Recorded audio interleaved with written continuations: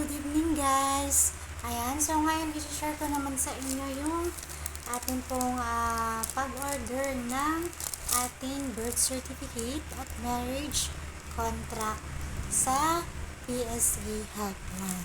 So yan, tayo ay nag-order nito sa online. So ito nga palang pag-order natin sa online, pwede siya ng mga iba't ibang mode of payment. So, ang ginamit natin ay GCash. So, si GCash, pwede sa kanya yung GCredit. So, ito yung ating pong in-order. So, dalawa in-order natin. PSA na birth certificate at marriage contract. So, sa hindi pa nakakaalam, pwede po tayo mag-order online ng ating pong mga PSA requirements. So, yan po. So, mas convenient siya sa akin kasi kung tayo ay working, so mas okay po na tayo po ay mag-order online. So, hindi convenient siya kasi hindi na natin kailangan pong magsadya doon, mamamasahe, tapos makakain ka pa, pipila, magli-leave kung may trabaho. Ayan, so less abala na siya. Less abala na din siya. At ang kagandahan po dito, so based on my experience, hindi naman ako nagmamadali dun sa requirements. Okay siya kasi January 27 po siya in order, pero dumating ay January 31. So wala pang isang linggo na dumating na yung order natin. So ito nga pala yung in-order natin, yan. So nakalagay dito. So ang package na ito ay naglalaman ng dokumento na may confidential personal information. Ang paggamit ng personal information ng ibang tao nang walang pahintulot ng owner ay mahigpit na ipinagbabawal. So meron din silang Data Privacy Act. So implemented po sa kanila. So ito po may kaukulang parusa at multa kung sakali.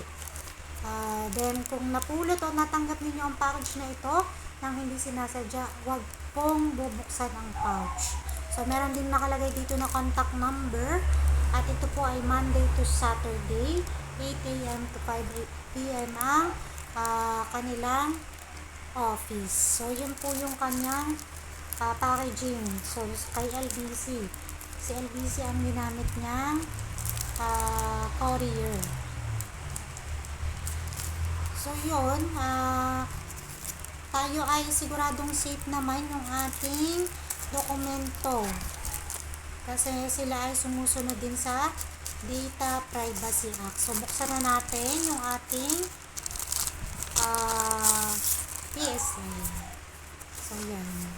So meron siyang cardboard na kasama. Then meron ding receipt. Yan. So, ang total ng dapat na babayaran ay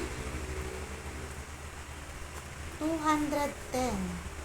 210 yung binayaran para sa shipping. So, dapat yung babayaran nyo kung sa mismong office ay, ang total lang ay 155 pesos. 155 pesos lang yung kailangan nating bayaran kay PSA. So, yung 210 ay shipping. So, kaya ang total ng aking binayaran through online ay total ay 365. So, dalawa yung in-order natin, kaya magkano yun? Pero dahil ginamit natin si GCredit, mas mura natin siyang, convenient siya kung wala ka pang cash, wala kang laman ng GCash, pwede mo siyang bayaran through GCredit. Ayan. Yun yung kagandahan na ikaw ay merong GCredit at yung iba pang application na pwede mong gamitin kung saan ka applicable na magbayad. So yan, i-check natin yung details. So tama naman. Ayan. Tama naman yung marriage contract natin. So, kailangan i-check nyo rin yung details. So, yun nga pala sa pag fill up ng ating pong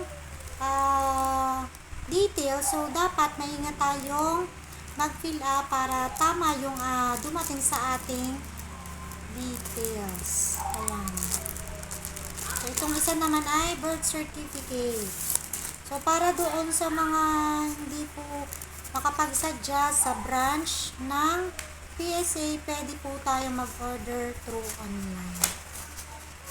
Ayan, mamaya ilalagay ko po dyan sa atin pong, ilalagay ko po dun sa atin pong caption yung atin pong website na ginamit.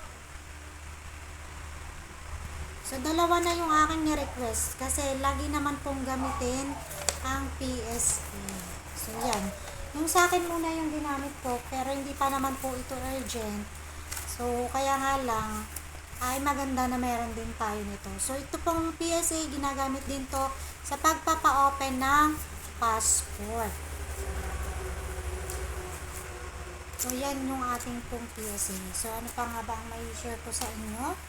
So, yan. So, maganda siguro, hindi ko lang, maganda sana kung isang bayad, kasi kung dalawa, yan, halimbawa, dalawa yung request mo, separate payment, maganda sana kung yung sa app nila, maganda sana kung pwede yung dalawang order sa isang shipping. Ayun.